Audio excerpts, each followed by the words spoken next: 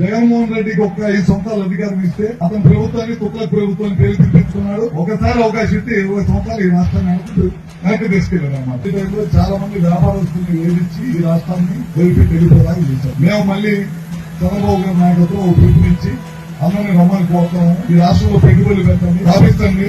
మీకు ఏ విధమైన సహాయ సహకారాలు ఇవ్వాలని మేము చేస్తాము. మీరు ఇవ్వాల్సింది ఏంటంటే మా పిల్లలకి, చదువుకున్న పిల్లలకు ఉద్యోగాలు ఇవ్వాలన్నాం. దాదాపు ఆ దశగా ప్రయాణం చేస్తున్నాం.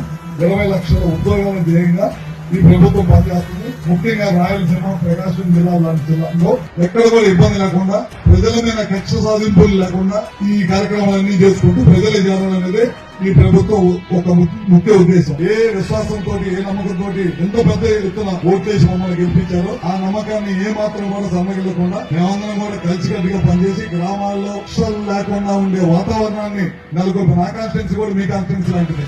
ఎప్పుడు కూడా గొడవలతో ఉండేది. నేను 2004లో ఎమ్మెల్యే అయిన తర్వాత ఇప్పటిదాకా ఎక్కడ కూడా గొడవ లేకుండా ప్రశాంతమైన వాతావరణంతో ముందుకు తీసుకెళ్తా ఉన్నాం అన్నమాట.